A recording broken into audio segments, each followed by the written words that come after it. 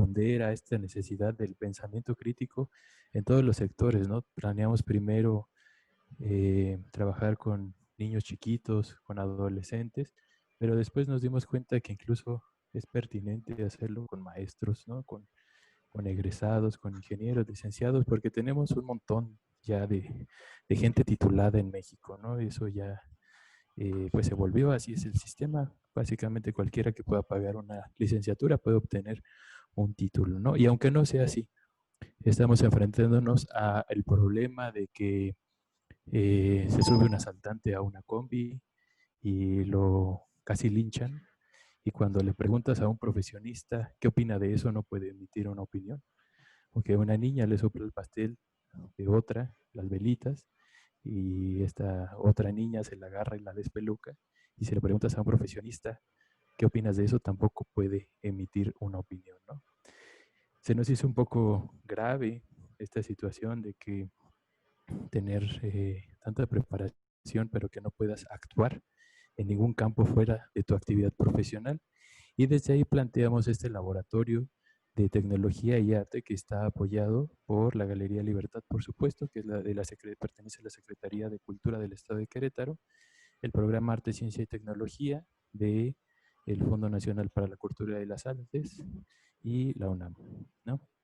Entonces empezamos a explorar varios temas, somos un grupo interdisciplinario, trabajamos con varios temas, yo trabajo la parte de automatización y el proyecto que desarrollamos, el que les voy a presentar, lo desarrollamos del 2019 al 2020, se llama el Prietómetro, ¿no? Vamos allá. Entonces, es un proyecto que donde cabe en el desarrollo sustentable, el desarrollo sostenible, mejor dicho, que es increíblemente difícil de medir, ¿no? Todo lo que tenga que ver con desarrollo sostenible es terriblemente difícil de medir. Se divide el desarrollo sostenible en tres grandes campos, que es la economía, la sociedad y el medio ambiente, ¿no? Justo en medio de todos esos campos está el enfoque de desarrollo sostenible. Y nosotros trabajamos aquí en este campo 6, que si nos fijamos es el enfoque socioeconómico.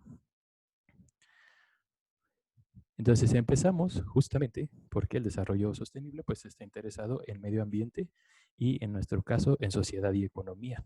O sea, cómo influye la sociedad y la economía en el medio ambiente. Y lo primero que hicimos fue buscar una calculadora de huella de carbono, ¿no? Que es lo que haría cualquiera. Nos encontramos esta en México, que si ustedes entran a esta página, pues ahí pueden calcular su huella de carbono. Y es increíblemente difícil, como lo dije antes, ¿no? Las preguntas son, por ejemplo, hay una pregunta que tiene que ver con el transporte terrestre que te pregunta cuántos kilómetros recorridos al año hiciste en taxi, en metro, en autobús o en un autobús foráneo. No sé si alguien pudiera contestar esa pregunta. Nos parece increíblemente complicado que alguien sepa cuántos kilómetros al año recorrió en un autobús terrestre. Uh-huh. Y lo mismo con los kilómetros recorridos en avión, ¿no? O sea, si ustedes viajaron, a lo mejor ese es más fácil, porque si viajaron de la Ciudad de México a Monterrey, pues ya sabes que son como 1000 kilómetros, hicieron dos viajes, uno de ida y uno de vuelta, pues son 2000, ¿no? Y hay otro que también tiene que ver con cuántos kilómetros recorridos hiciste en tu carro, que a lo mejor puedes ver el kilometraje, etcétera, ¿no? La basura te la pregunta en cuántos kilogramos de relleno reciclas, ¿no? Y cuántos desechas. Entonces, pues tendríamos que estar pesando nuestra basura. Nos pareció bastante inapropiado esta práctica de calcular en México nuestra huella de carbono. Así que nos fuimos inmediatamente a lo gringo, ¿no? Como siempre, buscamos el norte y vimos qué pasa ahí. Y nos encontramos esta calculadora y el problema de aquí es que nosotros, como mexicanos, no contaminamos lo que un ciudadano norteamericano, ¿no? Entonces, cuando nosotros metimos nuestros datos, nos dijo, no es cierto, ¿no? No te puedo creer que tú contamines eso, no es cierto. Nos lanzó un error y nos dijeron que nuestros dígitos seguramente estaban mal, ¿no? Eso pues tiene que ver con muchas cosas, con que aquí no tenemos calefacción, por ejemplo, que no manejamos camionetotas, etcétera. Y entonces encontramos esta página que nos pareció mucho mejor, que es una página de Inglaterra para medir tu huella de carbono. Pierde un poquito de calidad en sus datos porque sacrifica lo que estaba buscando esta página mexicana era tener un enfoque totalmente cuantitativo, ¿no? Numérico cuantitativo. Y este sigue siendo un enfoque cuantitativo, pero no es numérico. Agrupa las secciones en las que va a incidir la pregunta. Por ejemplo, la primera sección tiene que ver con tu dieta. La segunda, con tu forma de viajar. La tercera, con la energía que utilizas. Y la cuarta, con la tecnología que consumes, ¿no? Y el tipo de pregunta que hacen es mucho más sencilla. Como dije, pierde un poquito de calidad los datos. Por ejemplo, esta pregunta que dice cuánta comida desperdicias, ¿no? Nada, del 0 al 10%, del 10 al 30, más del 30%.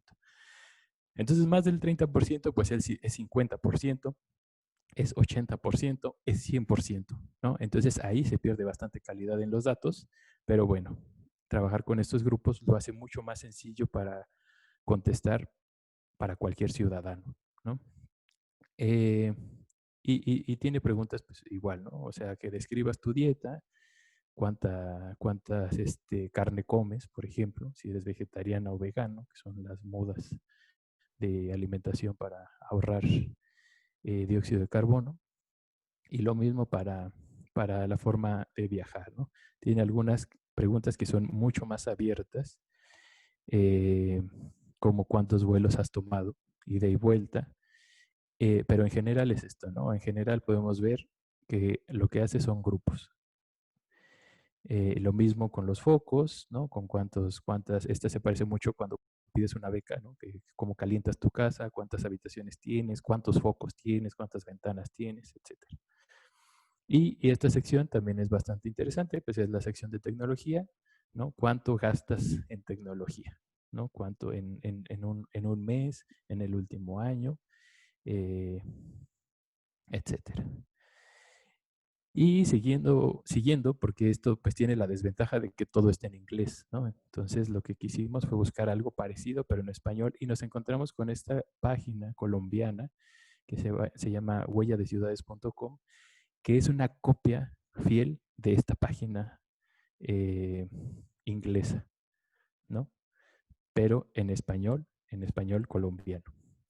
Y la sorpresa que nos llevamos al comparar los datos es que cuando yo meto mis datos a la página colombiana, ¿no? Yo produzco menos de 1 tonelada de dióxido de carbono al año. Cuando meto los datos a la página inglesa, yo produzco 6.1 toneladas de dióxido de carbono al año. A pesar de que son las mismas preguntas y las mismas respuestas, hay una forma de medir bastante diferente, ¿no? Uno pues tiene que ver con algo muy sencillo, ¿no? Que es si yo me como un aguacate en Colombia, ¿no? O un plátano o un mango, es mucho más barato que comerme un aguacate en Inglaterra, por supuesto, ¿no? Porque hay costos de transporte y demás, ¿no?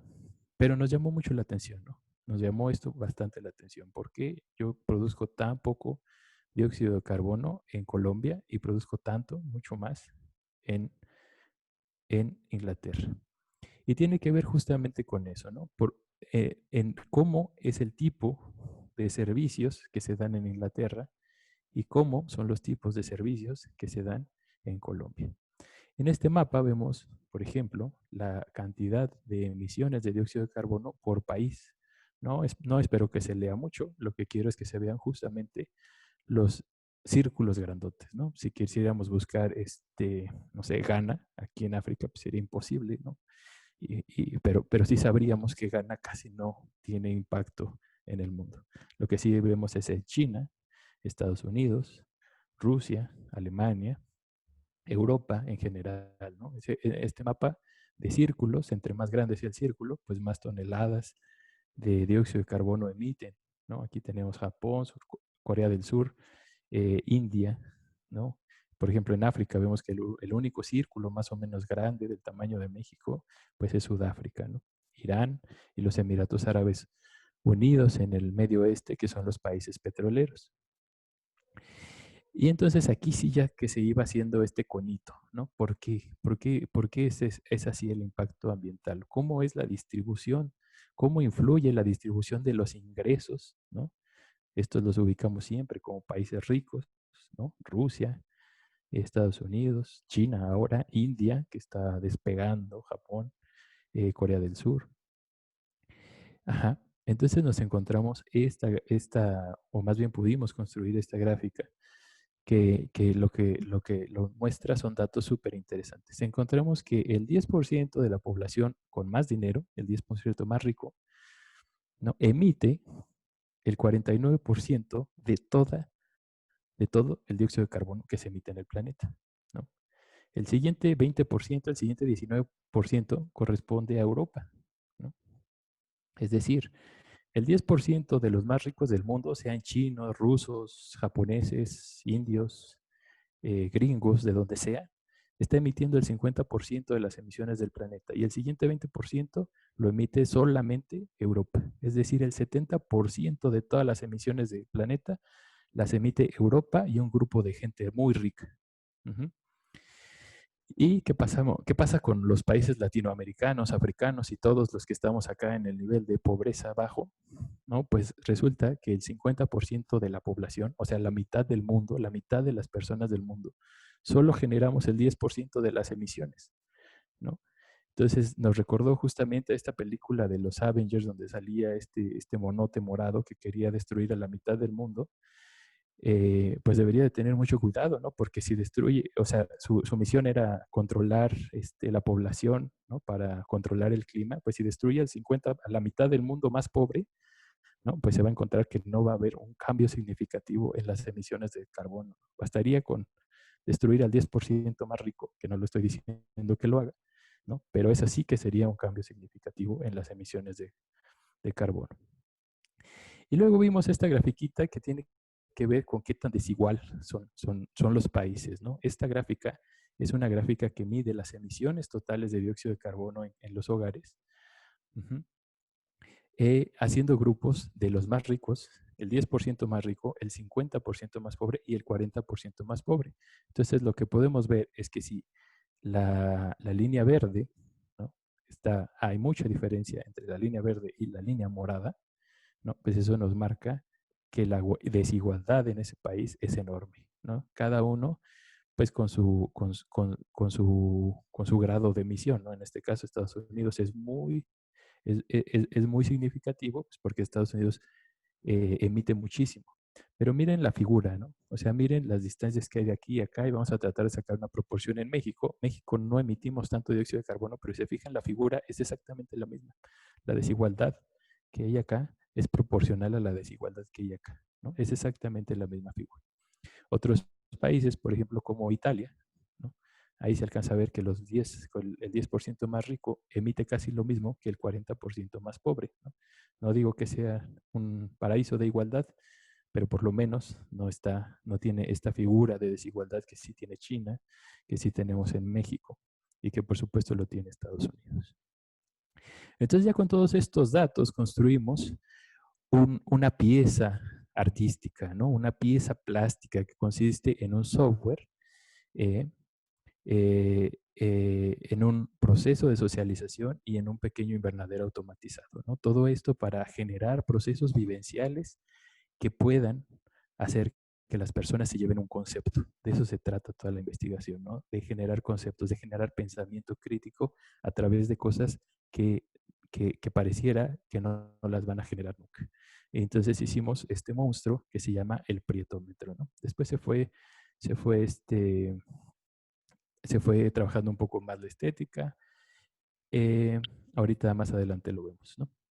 Pero ¿de dónde parte el prietómetro? El prietómetro no es algo que nos sacamos de la manga, parte de un estudio del INEGI, que si ustedes lo quieren buscar en Google, ustedes pongan módulo de movilidad social e intergeneracional INEGI, y entonces ahí encuentran este estudio, ¿no? Es la validación de nuestro caso.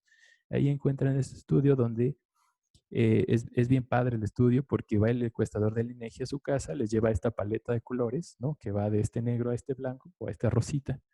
Y a ustedes le preguntan de qué color eres, ¿no? Escoge de esta paleta de color, escoge de qué color eres tú, ¿no? Yo, por ejemplo, pues yo me identifico entre estos dos colores, ¿no? Pues ya escojo el que sea y ahí ya caigo y luego me preguntan datos sobre mi educación, sobre cuánto gano, el nivel socioeconómico, sobre la clase ocupacional, ¿no? O las actividades que desarrollo. Y este programa, por ejemplo, cuando lo lanzaron, pues el mundo dijo, oye, qué racistas son los mexicanos, ¿no? Por supuesto que somos racistas, necesitábamos un estudio racista para hablar sobre el racismo, pero el INEGI inteligentemente dijo, nosotros no somos racistas porque nosotros no le estamos diciendo a nadie de qué color es. El color es autodeclarado, ¿no? Es decir, si yo te digo, tú eres de este color, ¿no? Entonces, pues posiblemente tú digas, no, yo no soy de este color, no soy del más negro, ¿no? Soy 3 tonos más abajo. Y ya me ofendí. Y entonces eso es racismo, ¿no? Pero si tú dices, pues yo soy de este color, entonces ya es problema tuyo, ¿no? Ya no te estoy diciendo yo de qué color eres. Ujú. Y bueno, ¿cuáles son los resultados que obtiene el INEGI? Pues nada nuevo, ¿no? Las personas que tienen menor ingreso son las que tienen menor nivel educativo, las que tienen menor nivel, menor clase ocupacional, las que tienen mayor ingreso, pues son las de piel más claras, ¿no? Las personas que tienen menor educación y menor nivel socioeconómico, pues son las de piel más oscura, las que tienen mayor ingreso, mayor clase ocupacional y mejor nivel socioeconómico son las personas de tez más clara, ¿no? De este campo de acá. Les digo, pues eso ya lo sabíamos, nada más que no había un estudio que lo confirmara, pues ya lo hay, ¿no? Entonces, justamente el prietómetro hace eso mismo, solamente que automatizado y además tiene que ver con lo que hablábamos acá, ¿no? Con que esta economía tiene un impacto ambiental durísimo, ¿no? Que no se está visualizando, no se está presentando como tal, ¿no? Parece que el impacto ambiental depende de la dieta, del transporte y de otras cosas, pero no de la economía. Parece que alguien estuviera evadiendo ese espacio económico. Entonces, esta es la pieza que presentamos, como dije, es una pieza plástica de arte contemporáneo, la presentamos en el Museo de la Ciudad y lo que queríamos era justamente relacionar el medio ambiente, que en este caso lo conceptualizamos o lo representamos como una pequeña planta en un invernadero. En este invernadero, la planta recibe luz, recibe agua y recibe calor, siempre y cuando la cantidad de personas que visiten el museo sea la misma de prietos que de güeros. Es decir, si hay la misma cantidad de este grupo de acá que de este grupo de acá, la planta va a recibir agua, luz y calor. Si hay una desigualdad entre los grupos, pues se apaga el software, se apaga la interfaz, mejor dicho, que le suministra agua, luz y calor a la planta. Uh-huh. El diseño es ese, la forma de utilizarlo pues es muy sencilla, teníamos estas tarjetitas aquí colgadas, tú llegabas a la galería, escogías tu color, la metías aquí, aquí había una cámara web uh-huh, que leía la tarjeta y le iba almacenando en un programa de estadística y ese programa de estadística medía la varianza y con el dato de la varianza decidía si alimentaba o no a la planta o la dejaba morir, comprometía su crecimiento. Ahí está más o menos las personas que lo estuvieron usando en la exposición. La exposición se llamó LATA 2.0, fue una exposición colectiva de tecnología y arte donde no solo se desarrolló esa pieza, se desarrollaron muchas otras. Y bueno, los resultados que obtuvimos pues fueron visibles, ¿no? La muestra fue de más de 10,000 visitantes y el grupo que visita los museos en Querétaro, el grupo que va a las galerías y museos de arte contemporáneo, pues es predominantemente, ¿no? El grupo de acá, ¿no? De la piel clara, ¿no? Eh, Les digo, ¿no? Es algo que desde que se lo planteamos a la directora del museo, pues ya se sabía, ¿no? Ya había dicho, ah, claro, ¿no? O sea, yo trabajo aquí todos los días lo veo, ¿no? Pero igual que con el INEGI, pues no había forma de demostrarlo hasta que se puso ahí el prietómetro. Y el resultado del experimento con la planta, pues también fue evidente. Así acabó la planta después de mes y medio, casi 2 meses que estuvo en la instalación puesta. Ujú. Entonces, las preguntas que queremos generar aquí es justamente, ¿no? O sea, ¿por qué generar y respetar las acciones sustentables? ¿No? Esta pregunta es una pregunta que es demoledora y que va justamente a formar un aparato crítico, ¿no? Lo que queremos es molestar, eso es lo que queremos. Queremos molestar a las personas con este tipo de piezas, ¿no? Porque en la molestia surge justamente el pensamiento. En un país que está devastado ambientalmente, como es México, y está devastado por una minoría de potenciales económicos, sean extranjeros o sean nacionales, y donde la mitad la mitad más, un poquito más de la mitad somos pobres, estamos en el índice de pobreza, ¿no? El 74% de esos pobres no tienen idea que es pobre, ni tendrá, no tiene, perdón, no tiene oportunidad, ni tendrá de salir de esas condiciones de pobreza, ¿no? Entonces, ¿por qué todo, todo eh, estas condiciones de mejora, de las acciones que tenemos que tomar y ser responsables con todo nuestro estilo de vida, en realidad están recayendo sobre la mitad más pobre de uno de los países que ni siquiera genera tanto dióxido de carbono, ¿no?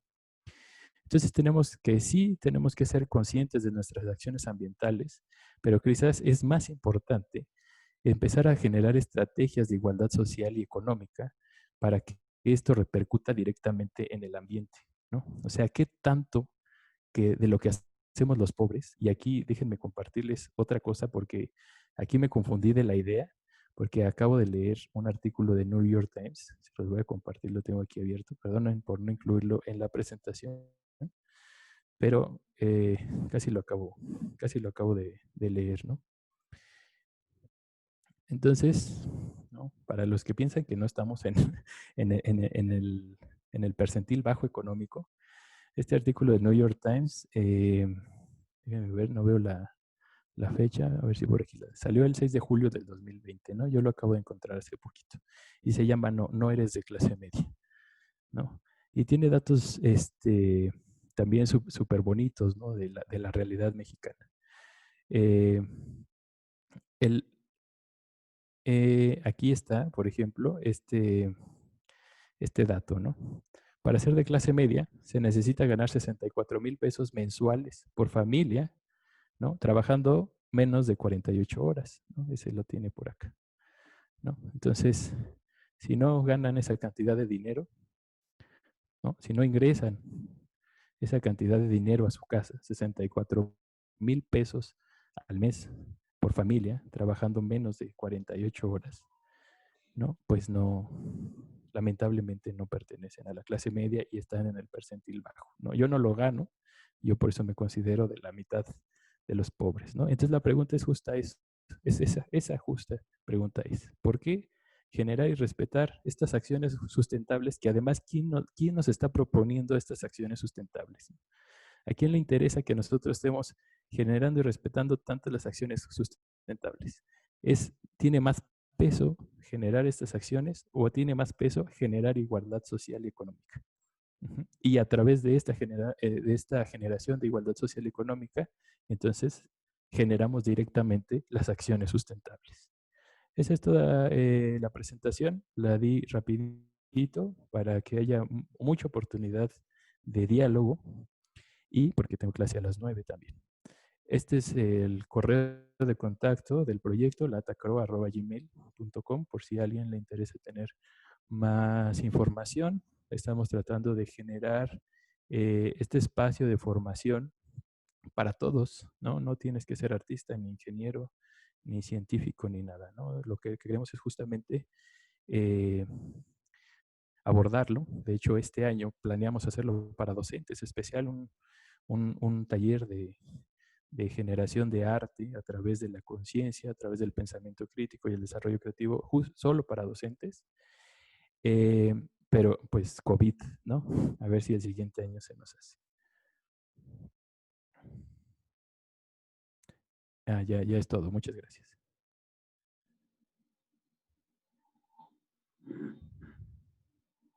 Pues muchas gracias, maestro. Muy interesante este estudio.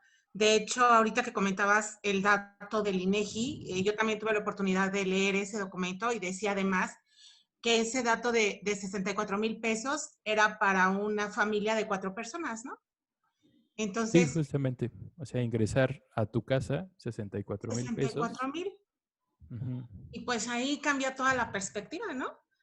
Porque Cambia si todo creíamos, porque ahí también dice que el ingreso es casi siempre son 16,000 pesos, sí, ¿no? en promedio. Entonces, pues, si los cuatro, digamos que si los cuatro trabajan, ¿no? Si ya los hijos están grandes y todos trabajan, pues, a lo mejor sí, entran 64,000 pesos a la casa, ¿no?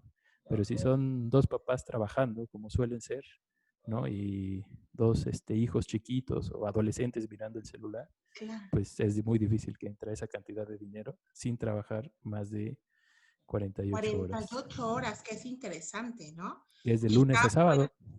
claro, y quizá puedes tener ese ingreso, sin embargo, pues no alcanzas ni las horas. Y como yo lo reflexionaba a manera hasta de broma, ¿no? Dije, ya voy a empezar a cobrarles a los de mi familia la diferencia, porque tengo que ver los 64,000 pesos, ¿no? Pero esto es muy interesante para los que vamos a ser laboralmente productivos. ¿Qué necesitamos para obtener esto? Y son estadísticas y son datos fríos. Me gustaría escuchar su punto de vista. ¿Qué les deja esta charla? Recuerden que es pues generar un poquito de conciencia, que te deja, que te quedas. ¿Qué te llamó la atención de esta charla? Lidia, ¿quisieras compartirnos? Muy interesante. Muchas gracias por compartir, maestro Gerardo, esta información. Dice usted, lo sabíamos, más o menos, ¿verdad? Teníamos algo de idea que los países de primer mundo son los que más están afectando el medio ambiente, los que más están destruyendo nuestro planeta.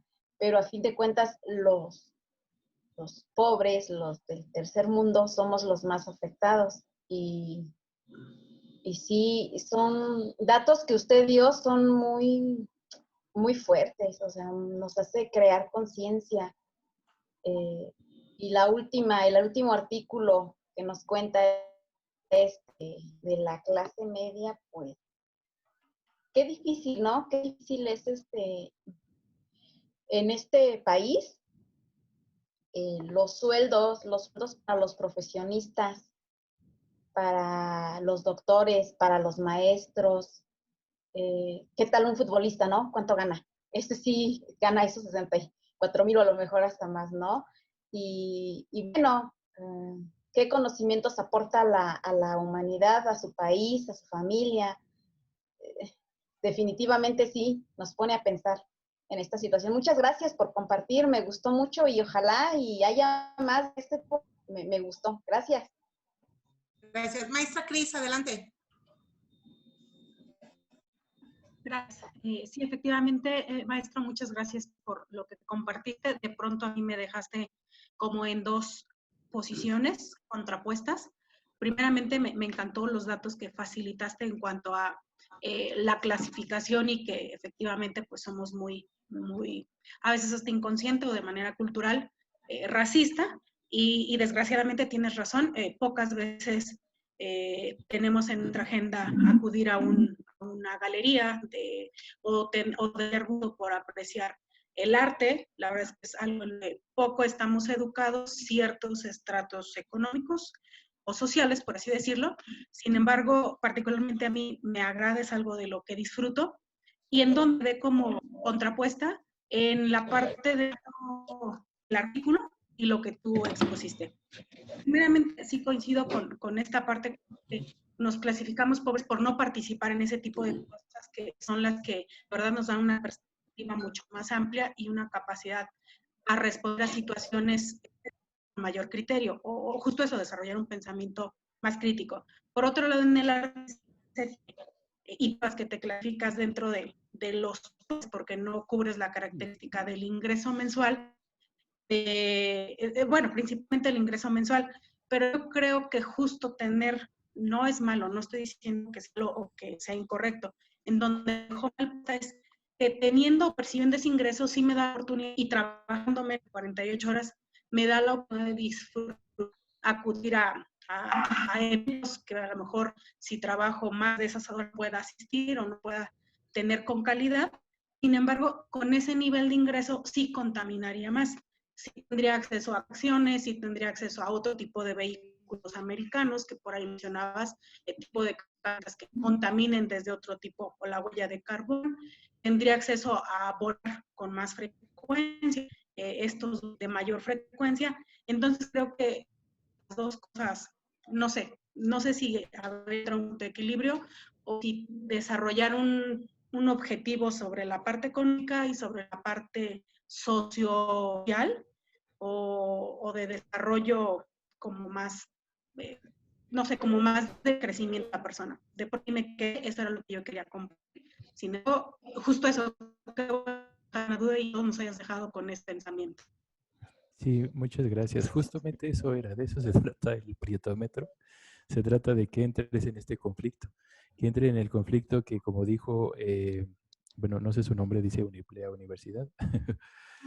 Sandy Hidalgo. Ajá, la maestra, como dice la maestra, digas, bueno, ¿qué tengo que hacer para ganar ese dinero, no? Pero como estamos viendo las condiciones ambientales del mundo, no solo del país, sino del mundo, y sobre todo de Querétaro, donde es un país, es un estado sin agua, y del agua también depende la economía. Dices, entonces, ¿qué hago, no? Trabajo más, produzco más, metemos más industria para que haya más trabajos, y dices, pues no, en realidad parece ser que ya hay un tope, o sea, ya hay un tope ambiental que no nos va a permitir llegar a ser clase media. Y la siguiente pregunta es esa que tú te haces, ¿no? Entonces, ¿realmente quiero ser clase media?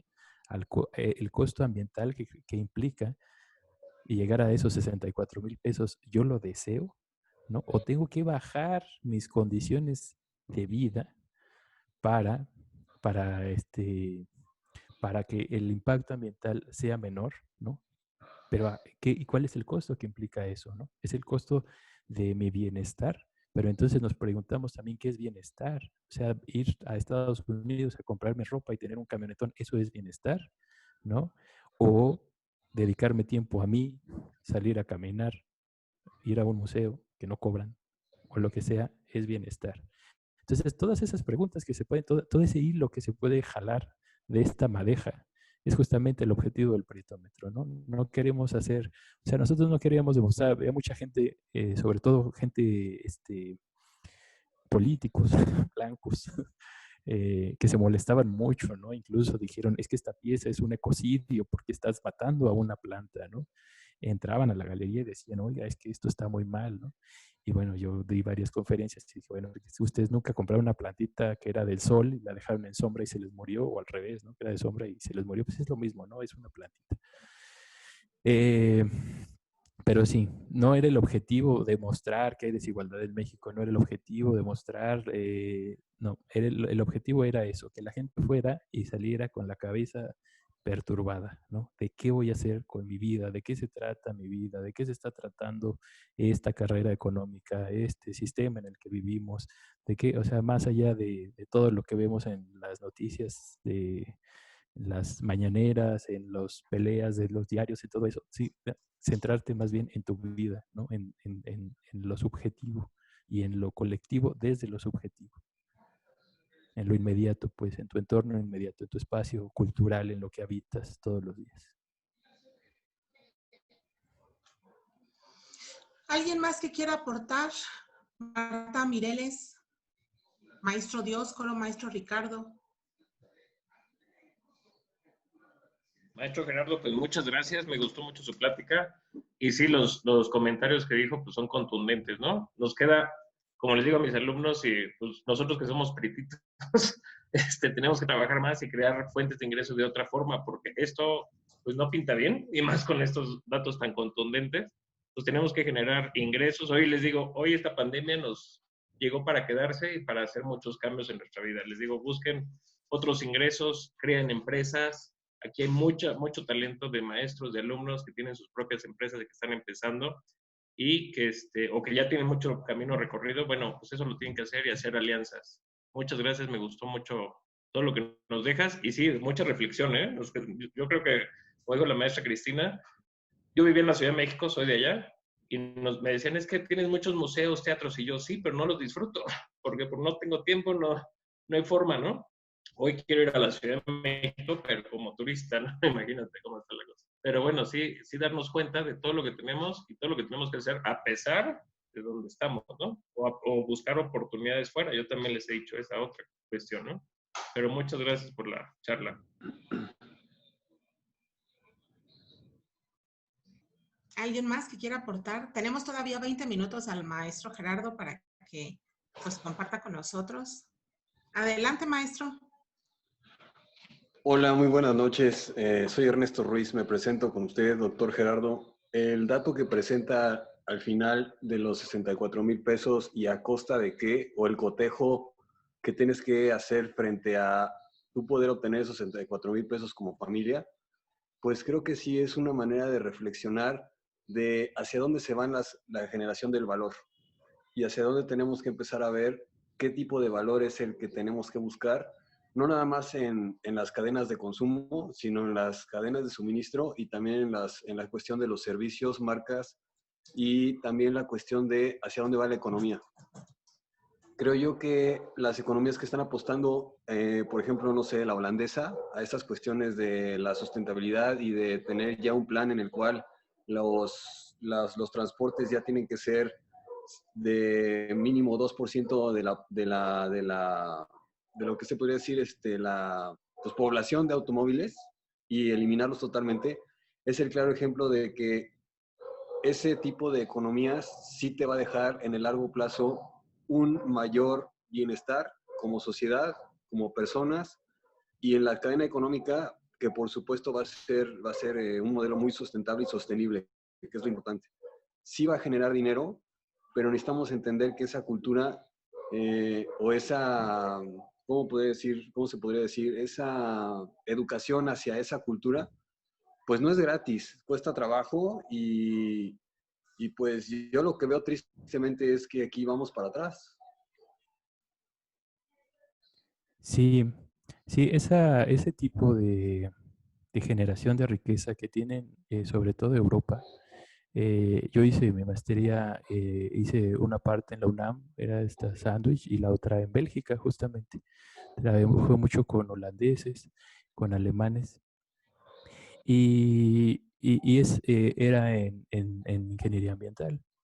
Entonces, justamente todo este tipo de formas nuevas de generar energía que tienen ellos y que les produce muchísima riqueza, parece ser que es la solución, ¿no? O sea, cuando dices, oye, pues, ¿por qué no hace esto todo el mundo?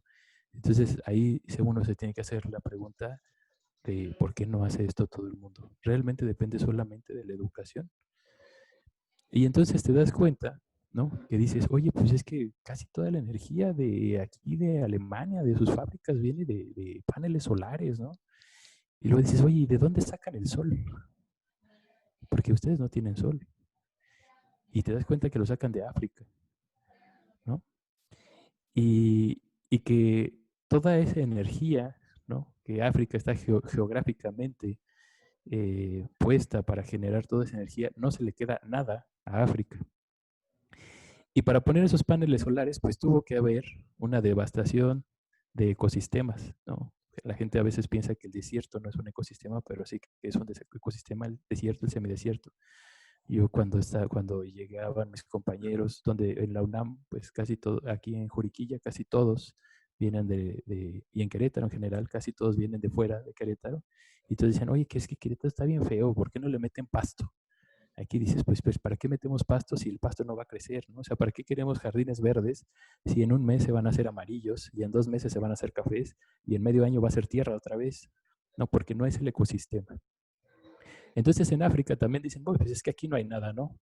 Vamos a quitar todo este ecosistema, vamos a meter nuevos paneles. Y luego esos paneles solares, para construirlos, ¿no? Se necesitan de ciertos elementos, ¿no? Que no se consiguen fácilmente.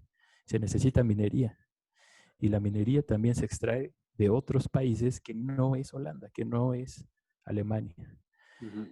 Ajá. Y todos los desechos, ¿no? Incluso los nuevos desechos de los paneles solares, porque ahora ya hay un problema de los paneles que se construyeron hace 30 años, ya es un problema de basura electrónica grave, ¿no? Porque esos elementos pues ya no sirven para jalar energía, pero sí que contaminan, ¿no? Entonces todos esos desechos de los paneles solares van a parar otra vez a África. Entonces, por un lado, le devastaron lo devastaron con minería. Por otro lado, le devastaron el territorio para poner ahí los paneles y luego les aventaron sus desechos. Entonces, dime, ¿cómo es posible que no sean ricos, ¿no? Que no generen dinero, si ellos lo único que hacen es generar la tecnología y abusar de las condiciones de pobreza, de educación y de geografía, de biopolítica, ¿no? Es un ejercimiento de la biopolítica de otros países que podrían tener ese desarrollo, ¿no? Entonces también hay que cuestionar todo eso, ¿no? Porque si la solución es, o sea, si toda la tecnología ha avanzado a los pasos que avanza, ¿no? Que yo no estoy en contra de que se detengan y digo nada de esto, yo creo que tiene que seguir avanzando, pero tiene que avanzar responsablemente. Y esa responsabilidad, o sea, mira, el siglo pasado, ¿no? Con la explosión de la revolución industrial hasta que acabó el siglo, ¿no? Fue el siglo de la tecnología, así se le llamó, ¿no? Este siglo todavía no tiene nombre, pero debería ser el siglo de la ética, ¿no? Porque en el siglo pasado hubo una explosión tecnológica enorme, pero esa explosión tecnológica nos trajo mucho más problemas como especie, estoy hablando, a la humanidad, de los que resuelve. Entonces este siglo debería ser el siglo de la ética, ¿no? Ya fue el siglo de la tecnología, ahora el siglo de la ética, el siglo de repensarnos como humanos, como humanos, como repensar nuestras necesidades, ¿no? Y repensar las responsabilidades sociales de todos nuestros movimientos, sobre todo los económicos y los tecnológicos, ¿no? Que siempre van a tener un impacto ambiental y social, ¿no? Ambiental y social. Yo creo que debería ser también de regresar a los básicos. Por ejemplo, voltear a ver otra vez el vidrio, por ejemplo. Claro. Para pensar cosas, porque el vidrio sí te da ciclos de vida sustentables, se puede reutilizar, o sea, no daña, o daña muy poco. Empezar a eliminar plásticos, dejar a un lado derivados de polímeros. Pues Eh, estoy Están totalmente haciendo de resina a acuerdo. base de bios, por ejemplo, del resina a partir de lo que es el hueso del aguacate, del agave. O sea, mucha tecnología que se puede utilizar ahí. Sí, estoy totalmente de acuerdo. Hay que voltear a ver lo básico. Y lo básico es, en el caso del vidrio, es de dónde sale el vidrio. Yo cuando doy clases de impacto ambiental, empiezo mi clase con una pregunta. ¿A quién se las dé? Sean niños de la sierra o sean gente de posgrado, ¿no? La pregunta es, ¿ustedes saben de dónde viene el agua que llega a sus casas y saben a dónde se va el agua cuando le jalan al excusado, ¿no? Y los niños y los de posgrado en ingeniería ambiental, no saben. Entonces, ese es el básico. O sea, el básico es voltear a ver la materia prima y todo lo que constituye a su alrededor los procesos para que a ti te llegue un dubalín, ¿no? O el agua, ¿no? No sé, o sea, debe ser una cosa tan irrisoria como eso, ¿no? Como un dubalín o algo tan básico como el agua, ¿no? Siguiente clase es, ¿qué es mejor utilizar, papel o plástico? ¿No? Esa todo la contesta en papel, ¿no? Luego cuando nos ponemos a analizar puntualmente, salen con la cabeza hecha trizas, ¿no? Yo tenía un profesor que fue el que me enseñó toda esta forma de estudiar los procesos de ingeniería, que nos daba una clase que se llamaba Procesos de Ingeniería Ambiental y nosotros le llamábamos las clases de terror del doctor Germán, ¿no? Porque salías con el alma hecha pedazos y la cabeza hecha añicos. No sabías para dónde caminar. En el último congreso que estuve, que fue en Canadá, en Quebec, el Foro Internacional del Agua, subió justamente Van Lostrich, ¿no? Que es amo y señor de los procesos de agua. Van Lostrich se subió a tocar el piano. Había un piano ahí, se puso a tocar una pieza. Esta pieza le llamó flujo. Feliz. El señor tiene 83 años. Su conferencia es ¿hacia dónde va el futuro del agua? ¿No? Se puso a tocar el piano y se paró y dijo, miren, pues a mí me quedan, no sé, 7 años, 10 años de vida, ¿no? Eso les toca a ustedes. Y se bajó, ¿no? Y todos los que estábamos ahí esperando una respuesta, manera así de sacerdote, ¿no? No, pues salimos así también con la moral hecha polvo, ¿no? Decir, oye, si Van Lustres no sabe, no sabe hacia dónde va el futuro de los procesos económicos a través del agua, pues ¿qué vamos a ver nosotros, no? Yo tengo 30 y tantos años, pero bueno, en ese punto estamos. Por eso es que pienso que este siglo se debería enfocar totalmente a desarrollar desde cualquier dimensión, sea ingeniería, sea ciencia, sea arte, sea danza, sea deporte, fútbol, lo que sea, a desarrollar la dimensión de la ética, sobre todo. Gracias. Tenemos 2 minutitos para no quitarle más tiempo al maestro Gerardo. ¿Alguien más que quiera participar?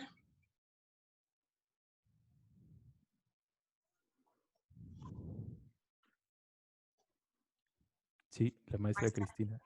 Sí, perdón, de verdad me dejaste muy volada de la cabeza. Solo quisiera cerrar con esto. En el estudio o la oportunidad que te de estar cuadrando información de países parecidos a nosotros u otros, ¿qué empleos? Digo, lo pienso por mí y seguramente es algo que también nos puede interesar a los estudiantes.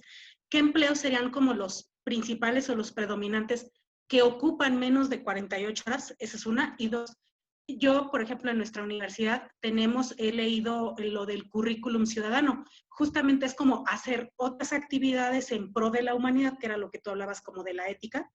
¿Cómo sirvo a los demás? ¿Cómo hago algo que haga crecer y que se suba al barco como esa clase social que pienso que no es privilegiada o que tal vez no va a tener oportunidades de hacer un escalafón social, por así decirlo? ¿Qué hago yo? Pero para poderlo hacer yo necesito tiempo. ¿Qué tipo de empleos eran los que ponderaban o los primeros en las listas que empleaban menos de esas 8 horas? Digo, creo que sería bueno, digo, si me vas a decir emprender, que todos los estudiantes nos empecemos a dar nuestra maquinaria de cómo vamos a emprender. O sea, ese fue el dato que me quedó ahorita muy, si cubriste algo en cuanto a al desempeño. Pues mira, de empleos el que sea. Ayer miércoles justamente estaba tomando una clase en una academia que es española y estaba un rapero que se llama Asesino. Bueno, se llama Mauricio Hernández, se apoda Asesino. Y él justamente pues tiene un ingreso como de 130,000 pesos al mes, ¿no? Siendo rapero. Entonces, el empleo, si tú te pones a hacer una búsqueda, todos te van a decir machine learning, ¿no? Todos te van a decir inteligencia artificial, porque es el empleo más solicitado. De aquí al 2024, al 2025, al 2030, todo se va a tratar de inteligencia artificial. Pero va a ser lo mismo que ingeniería. O sea, antes, 1970, 1960, el que era ingeniero tenía asegurado ese bienestar económico, por así decirlo, ¿no? Esa sobreeconomía. Y ahora va a ser lo mismo. Todo el que sepa programar va a tener empleo, ¿no? Pero va a haber tanta gente que sepa programar, como ahora hay tantos ingenieros, que va a dar lo mismo.